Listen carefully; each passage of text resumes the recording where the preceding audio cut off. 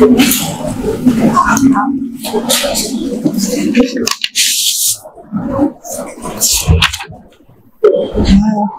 Christian Rashaka.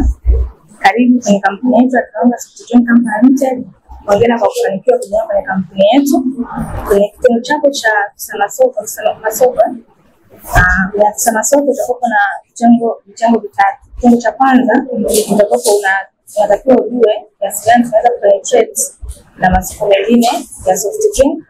Pia unatakiwa uone ushindani kupitia na masoko mengine.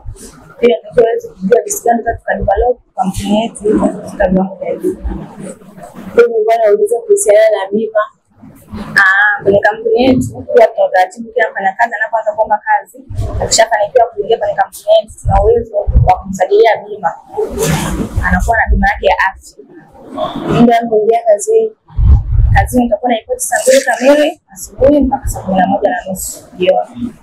Mimi bwana uliza kwa mfano kama ukipata maternity ukiwa kazini na likizo ya muda gani kwa ajili ya uzazi? Unafuatana na muda gani ambao wewe unataka. Kuanzia mwezi mmoja mpaka miezi 3.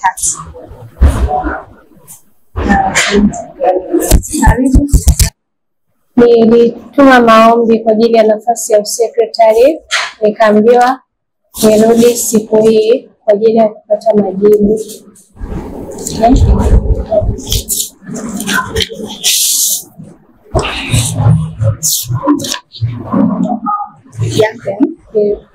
Hongera kufanikiwa kwenye kampuni ya Kaonga Software Company Limited. Kwenye nafasi yako leo kama secretary utakuwa na majukumu ya kupokea simu za wageni na pia utakuwa na majukumu ya kusambaza vinywaji kama maji kwa wafanyakazi wengine kwenye kampuni.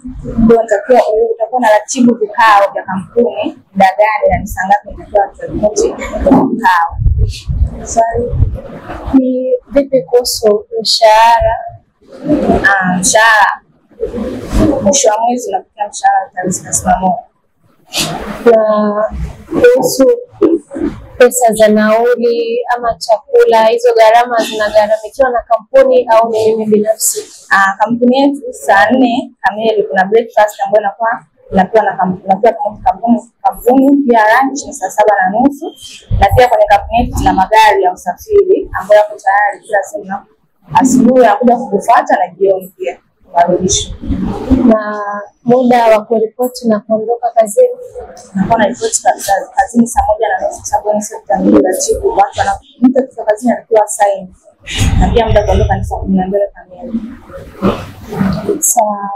Na vipi kuhusu bima? Bima lazima upewe kwenye kampuni yetu. Unaporipoti kazini lazima upatiwe bima ya afya na kampuni. Asante. Asante.